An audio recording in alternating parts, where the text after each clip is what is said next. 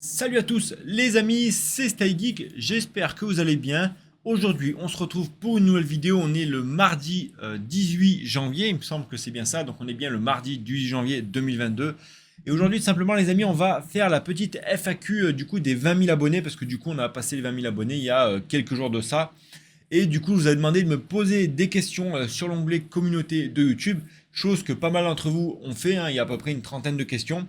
Et du coup, on va commencer tout simplement avec la première. Donc tout d'abord, c'est une question de The Natix. Salut, félicitations. Alors ma question, quel budget devons-nous prévoir avant de se lancer afin d'être rentable le plus rapidement possible? Tu utilises quel site pour te rallier à d'autres mineurs? Alors tout simplement, déjà, merci à toi pour ta question. Quel budget, ça j'en ai déjà parlé dans pas mal de vidéos, quel budget il faudrait du coup pour se lancer, pour être rentable le plus rapidement possible? Tout simplement la question et ce que tout le monde va pouvoir te dire, c'est il faut uniquement dépenser le budget que tu es prêt à perdre. Parce que forcément, bon, comme je l'ai déjà expliqué, c'est pas de l'argent qu'on va placer, par exemple, dans un compte titre pour des actions boursières ou sur de la crypto directement. Là, on va quand même acheter quelque chose de physique, et du coup, en achetant quelque chose de physique, on va tout simplement pouvoir revendre son matériel derrière si jamais on veut récupérer de l'argent, etc. Donc, tout simplement, le budget, je dirais, minimum que tu peux investir pour être rentable tout de suite, bien sûr, on est sur à peu près entre 5 et 10 000 euros, où là, c'est vraiment un budget conséquent entre guillemets bien entendu, mais tu vas pouvoir quand même démarrer avec une certaine, on va dire une certaine crédibilité et déjà un bon taux de rentabilité.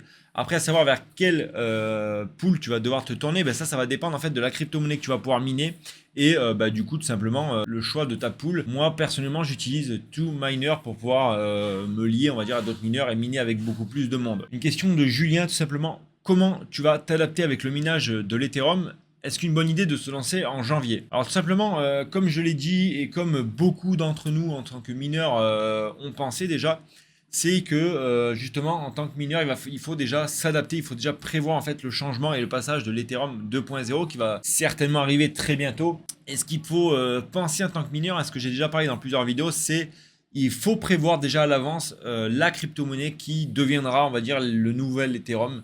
Et du coup, il faut miner un peu de toutes les nouvelles cryptos. Alors, je ne parle pas de toutes les cryptos, des petites cryptos, etc. Mais il va falloir se tourner vers des cryptos tels que le flux, l'Ergo, le Ravencoin, Toncoin par exemple. Enfin, c'est des cryptos qui sont très rentables tout de suite parce que forcément, il n'y a pas beaucoup de mineurs. Leur cours vaut déjà une certaine valeur, mais c'est pas non, ça casse pas des briques comme l'Ethereum. On est sur une maximum une dizaine d'euros pour certaines crypto-monnaies. Mais comme on en mine beaucoup plus, forcément, au bout d'un moment, on arrive à une rentabilité qui est, on va dire, 40% inférieure à celle de l'Ethereum. Mais actuellement, on peut miner pas mal de crypto-monnaies et espérer une montée prochaine, forcément, de ces cryptos-là, vu qu'il y aura un peu plus d'intérêt pour ces cryptos-là, beaucoup plus de transactions, beaucoup de gens vont en parler, donc ça va attirer un peu plus de personnes. Et donc forcément, ça peut faire grimper le cours d'une crypto-monnaie ou d'une autre, on va dire, la fluctuation de personnes. Donc merci à toi Julien pour ta question, et on continue, on a une question de Kilax HD. Donc je découvre les questions en même temps que vous, je les ai pas lues au préalable. Donc forcément, s'il y a quelques questions où je réponds pas tout de suite, c'est parce que je suis en train peut-être de réfléchir un peu à la question et on y reviendra peut-être par la suite ou pas du tout. Est-ce que tu payes ton électricité avec tes gains en crypto en les convertissant en euros? Déclares-tu le mining aux impôts ainsi que le stacking si tu stacks bien entendu? Alors il y a à lire la suite, on va hop. À la fin de l'ETH, sera-t-il toujours intéressant d'acheter des cartes inférieures à la RTX 3060, etc. Alors tout simplement oui, je paye mon électricité en convertissant mes crypto-monnaies en euros, bien évidemment, ainsi que les frais du local, ainsi que l'internet du local, ainsi que le matériel à acheter, type les châssis, certaines cartes, des câbles, des alimentations, enfin, tout ce qui est lié au minage, tout ce qui est lié à cette activité-là, je l'achète en le convertissant avec les crypto-monnaies. Donc bien entendu, je l'ai déjà parlé dans une vidéo, le minage ainsi que tout ce qui touche aux crypto-monnaies, ainsi que les plus-values, etc. En Espagne, parce que oui, du coup, je suis en Espagne pour ceux qui ne savent pas, c'est soumis à imposition à hauteur de 24%. Donc taxe à payer, la flat tax que vous payez en France, vous de 30%, ici elle est de 24%. Donc voilà, je suis taxé à 24% sur toutes les plus-values que je fais en crypto. Donc ensuite on continue. Donc déclares-tu le mining aux impôts et le stacking? Alors je déclare que le mining pour le moment parce que du coup mon conseiller financier m'a uniquement dit de déclarer tout ce qui était lié aux crypto ainsi que les plus-values. Et hors le stacking, je fais aucune plus-value avec le stacking. Ça, faut bien l'assimiler pour le moment. Parce que tant que tu ne convertis pas ton stacking en euros, et du coup, tu ne fais aucune plus-value dessus. Donc moi, pour le moment, le stacking, comme je l'ai déjà dit, le bot de trading, comme je l'ai déjà dit, quelle autre méthode, mais c'est uniquement, on va payer uniquement des euros, enfin on va uniquement payer des impôts quand on va transformer ces cryptos en euros. Donc à partir du moment où tu fais de la plus-value et que ça reste en crypto-monnaie, que tu fais crypto vers crypto, admettons qu'avec ton stacking tu fais 70% de plus-value en un mois, et ben si tu les sors pas en euros et que tu fais uniquement une plus-value crypto, tu n'auras payé 0 impôt. Donc ça c'est plutôt pas mal avec le stacking. Donc on va passer parce qu'il m'a envoyé 3 questions pour une, donc on va faire les autres également. Une question de Van Lens. Quelle technique utilises-tu pour minimiser les frais de transfert crypto à PayPal? Alors tout simplement, oui, j'utilise du coup PayPal avec ma société pour pouvoir minimiser les frais, même si ça revient un peu exactement au même de vendre directement ses crypto-monnaies et les envoyer directement sur son compte bancaire. Donc là moi je les vends via Coinbase, je les encaisse sur PayPal et je les renvoie via mon compte bancaire, sachant que de Coinbase à PayPal c'est gratuit, mais juste après PayPal je crois qu'il prend 10% sur toutes ces transactions jusqu'à je crois que c'est un maximum d'un certain montant. Merci à toi. Ma vie rurale a posé une question, du coup on va y répondre tout de suite. Alors, démonstration du montage complet d'un rig. Donc déjà la vidéo de démonstration complet d'un montage d'un rig a été faite plusieurs fois, j'ai fait plusieurs vidéos à ce sujet là. Du coup la question numéro 2 c'est votre avis sur les crypto-monnaies à miner à part l'Ethereum. Pas convaincu par le Toncoin. Alors forcément comme j'ai dit juste avant, il y a pas mal d'autres crypto-monnaies à miner, il y a le flux avec le parallèle asset, il y a le Ravencoin, il y a l'Ergo, il y a le Toncoin comme tu l'as dit, et il y en a bien d'autres bien entendu. Vous avez le Bitcoin avec des ASIC, etc. etc. Donc on va pas compter. Il y a le Raptorum également aussi qui se mine par CPU, parce que j'ai vu ta question, pourquoi ne pas présenter le minage du Monero par CPU? Bien entendu, tu peux miner du Monero, tu peux miner du Raptorum avec le CPU, et il faut, comme je dis dans toutes mes vidéos, enfin dans celles où j'en parle, il faut se diversifier un maximum dans les crypto-monnaies actuellement. Allez, on va descendre un petit peu. Alors il y a Darkside33. Tu es parti en Espagne car le minage craint en France l'égalité, frais, électricité, impôts, taxes, prix des locaux, etc. etc. Alors tout d'abord, non, je ne suis pas parti de France à Espagne pour le minage au départ, parce que du coup je n'y connaissais rien. Je suis parti, ça fait maintenant 6 ans que j'habite tout simplement en Espagne. À la base, je suis parti pour tout ce qui était lié à l'immobilier en Espagne. Donc voilà, maintenant je fais mon petit bout de chemin. Enfin, j'en parle pas, c'est pas le sujet de la vidéo. Mais voilà, à savoir qu'en Espagne, du coup, l'électricité est moins chère, les frais des locaux sont moins chers. Qu'est-ce qu'il y a d'autre? Forcément, la flat tax, elle est inférieure à celle de la France, donc c'est plutôt intéressant. Mais voilà, ça n'avait rien à voir, bien entendu. Ensuite, une nouvelle question. Donc, quel est avis purement personnel et pas objectif sur l'avenir du minage à court terme? Alors l'avenir du minage à court terme, c'est comme tout. Moi, je pense que dans les crypto-monnaies, il faut se projeter du coup à long terme, que ce soit en minage, en stacking, en proof of stake, etc. Il y a toujours quelque chose à faire à long terme, parce que forcément, beaucoup de personnes parlent du minage de crypto-monnaies depuis bientôt 12 ans, enfin 10 ans pour être plus light. Ils disent que chaque année, le minage de crypto-monnaies va s'arrêter, c'est la fin, etc. Il faut vendre ses machines, patati patata. Il y a eu le cas sur le Bitcoin, il y a eu le cas sur l'Ethereum depuis 2017, ils parlent de la fin du minage, mais ça perdure encore et encore, ça va faire comme je l'ai dit depuis bientôt 10 ans que le minage, même un peu plus que ça existe, et pour le moment on n'a pas eu de réel frein à ça. Donc oui, certains pays ont posé des mesures, on va dire drastiques, pour couper cette irrigation des mineurs de crypto-monnaies, en coupant les centrales hydroélectriques, en faisant interdire le minage de crypto-monnaies dans certains pays. Mais ça n'arrêtera pas bien sûr certains pays qui vont eux continuer à promouvoir et faciliter le minage de crypto-monnaies dans leur pays pour pouvoir ramener un maximum d'investisseurs bien entendu. Crois-tu, une nouvelle question encore, crois-tu qu'en 2023 il y aura un retour à la normale des marchés des composants informatiques? Je parle de la disponibilité et des tarifs devant la période du Covid. Alors tout simplement la pénurie des cartes graphiques, des composants informatiques, etc. Ça n'a pas touché uniquement le secteur de l'hardware, de l'informatique et des PC forcément. Il y a beaucoup d'usines de fabrication de voitures qui avaient besoin en fait de ces micro-puces. Et du coup, forcément, comme l'inflation du prix a explosé, on est passé de quelques centimes d'euros pour cette puce-là, pour ce composant-là, à des centaines d'euros. Forcément, derrière, il y a eu une restriction et un freinage, tout simplement, en termes de production, parce que voilà, les fabricants, ils n'allaient pas travailler à perte, ce qui est normal. Donc, ils produisaient moins, ils mettaient des prix plus chers, ce qui a pu compenser, en fait, de leur côté, la perte sur les quantités de vente et du coup se rattraper avec un prix de vente un peu plus élevé. D'ici 2023, je pense que ça va être un peu juste. Je parierais plutôt, de ce que j'ai entendu, d'après ce que Nvidia a dit, ce que AMD ont annoncé d'après eux, même s'il n'y a pas que eux qui en parlent.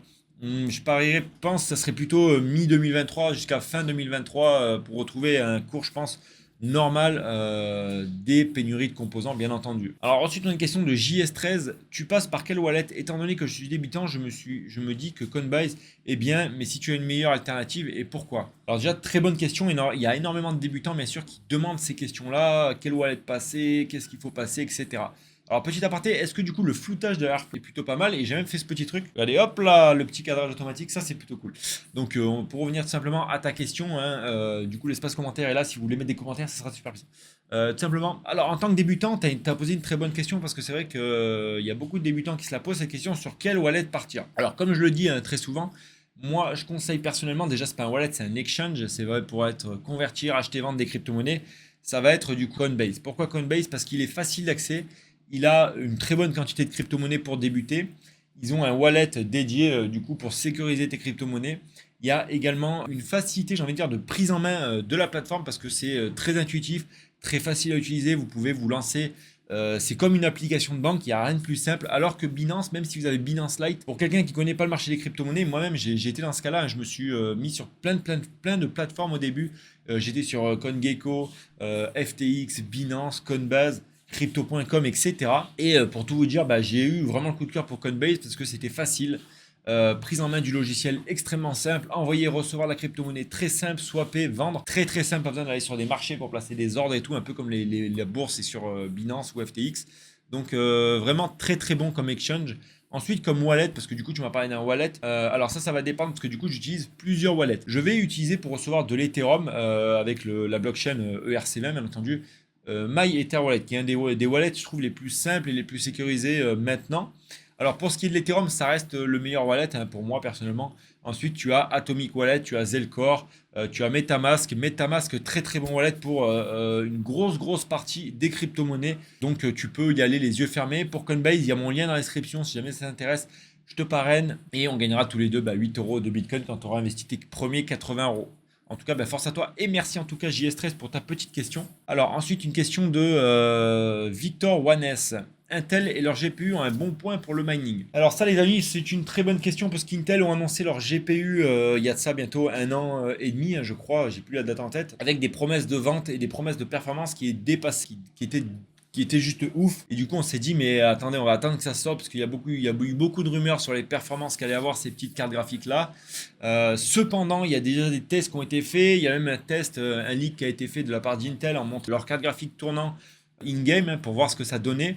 Malheureusement, ça tournait sur du 1080p à 30-40 fps en ultra sur des jeux qui n'étaient pas très gros. Donc, à voir vraiment ce que ça va donner par la suite. Quand on aura ces cartes graphiques en main, est-ce qu'on va pouvoir vraiment se faire plaisir et se dire putain, ça marche vraiment du feu de Dieu? Ou est-ce qu'on va se dire c'est une grosse daube et au final c'est de la merdasse quoi? À voir, je peux pas. Peut-être c'est un bon point pour le minage, mais après c'est comme tous ceux qui ont la part du gâteau dans le part des cartes graphiques. Hein. S'il manque ce premier comp qui est très dur à trouver et très cher en ce moment, forcément le prix des cartes va en pâtir du coup. Donc forcément d'ailleurs, je suis pas sûr que ce soit une très bonne idée. Mais à voir, parce qu'un concurrent en plus, ça permet de rééquilibrer un peu les prix au niveau de Nvidia et AMD, bien entendu, parce qu'ils se battaient un peu sur ce marché-là, vu qu'ils n'étaient que tous les deux. Donc merci à toi pour ta question, on va continuer tout simplement. Allez, c'est parti. La question de Romain. As-tu un avis sur la carte Binance? J'ai l'impression que c'est une grosse avancée. Alors, il y a beaucoup de monde qui me disent, ouais, mais justement avec cette carte-là, tu vas pouvoir convertir tes cryptos, les vendre, les dépenser sans avoir à payer d'impôts. Alors non, les amis, c'est pas du tout le cas, puisque forcément, quand vous allez... alors bien entendu, hein, ça reste à votre propre arbitre et vous avez le droit de faire ce que vous voulez. Mais à partir du moment où vous allez vendre vos crypto-monnaies pour faire un achat avec, donc avec votre carte bancaire Binance, ils vont vendre par exemple de l'Ethereum pour faire votre achat. Et bien justement, vous allez devoir normalement déclarer, vous êtes censé déclarer cette vente que vous réalisez en crypto-monnaie. Si elle ne dépasse pas les 305 euros, bien entendu, par année. Oui, ça peut être une très grosse avancée. Après, il n'y a pas que qui l'ont. Hein. Il y a Coinbase qui l'avait fait, il y avait Crypto.com j'en passe. Il y a tellement d'exchanges qui ont sorti leur carte bancaire maintenant. C'est devenu un peu à la mode.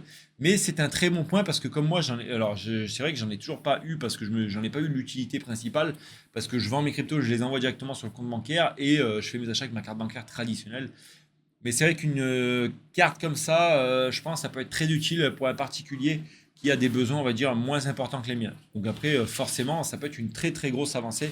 Et d'ailleurs, il faudrait que je la recommande également. Alors ensuite, on continue les questions, les amis. Une nouvelle question, du coup. Pourquoi IveOS plutôt que NiceHash? Alors ça, les amis, vous savez que j'ai adoré un NiceHash au début. Hein. J'ai passé mes 3 premiers mois, j'allais dire les 6, mais non, les 2-3 premiers mois maximum à travailler avec NiceHash sur Windows, bien entendu.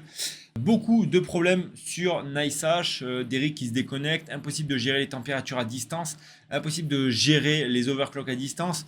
on a du mal à regarder quand un rig se plante. Alors là, je parle de NiceHash sur Windows, bien sûr il y a NiceHash OS, mais pour moi iOS reste quand même beaucoup plus facile et professionnel que NiceHash. Donc voilà, c'est un peu un tout qui fait que je suis passé sur iOS, j'ai découvert, donc ça peut paraître pour un débutant un peu rebutant. Voilà, donc j'ai fait une petite pause, les amis, juste pour boire un petit coup.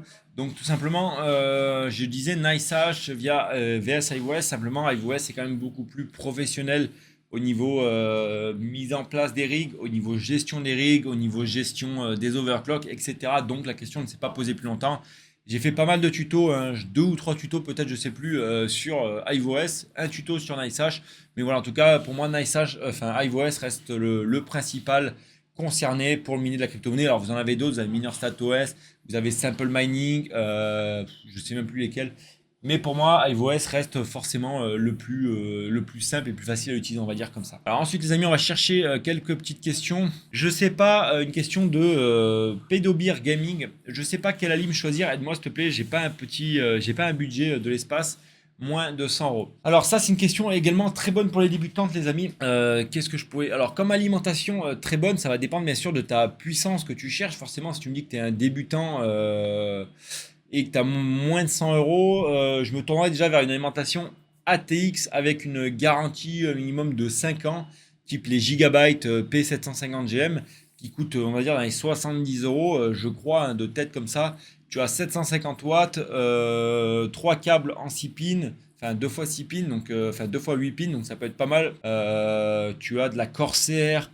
Alors après, si tu veux vraiment une alim à moins de 100 euros qui fasse 1600 watts, tu as les alimentations chinoises que j'avais présentées dans plusieurs vidéos. Tu as tous les câbles, tu as 8 câbles 2 fois 8 pins dessus, etc. Donc ça reste quand même pas mal intéressant. Ensuite, les amis, on va descendre encore un petit peu. La vidéo commence à être un peu longue, mais bon, j'essaie de répondre un peu à tout le monde. Pour finir, on va répondre à la question: peut-on se lancer maintenant? Alors je sais que j'ai fait pas mal de vidéos en vous disant que miner la crypto-monnaie maintenant, se lancer maintenant sur le marché des crypto-monnaies, restait pour moi un peu risque quant à la date du passage du Proof of Stake de l'Ethereum. Alors on a une date qui est annoncée pour le 22 juin, donc forcément c'est des chiffres qui vont potentiellement changer dans le futur. Mais le 22 juin, vous avez encore, on va dire, bien 6 mois, un peu moins, 5 mois et demi pour rembourser votre matériel. Là où vous allez pouvoir beaucoup on va dire beaucoup vous rassurer, vous amortir, c'est vous tourner vers du matériel d'occasion pour le moment, parce qu'il y a actuellement pas mal de personnes qui justement vendent leur matériel pour pouvoir, parce qu'ils ont peur tout simplement de cette mise à jour. Et donc ils vont vendre leur matériel un peu des fois à perte ou pas, donc ça c'est à vous de négocier derrière. Mais il y a encore pas mal d'affaires à faire sur le marché de l'occasion. Donc voilà pour cette dernière question. On a fait une bonne petite vidéo de 20 minutes. Je vais essayer de couper un peu des petits passages pour voir à droite à gauche. Mais sinon, je pense que dans la globalité, j'ai répondu à peu près à toutes les questions qui étaient un peu attrayantes. En tout cas, moi, je vous dis à demain pour une nouvelle vidéo. C'était Stageek. Ciao.